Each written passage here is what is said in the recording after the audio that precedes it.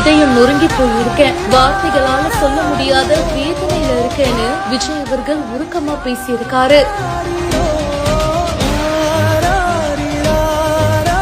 தமிழக வெற்றி கழக தலைவர் விஜய் அவர்கள் கரூர்ல பரப்புரை மேற்கொண்டாரு. இதுல எதிர்பாராத விதமா நிறைய பேர் இறந்து போயிட்டாங்க. இந்த சம்பவத்தை பத்தி இப்போ விஜய் அவர்களே சோசியல் மீடியா பக்கத்துல ஷேர் பண்ணிருக்காரு.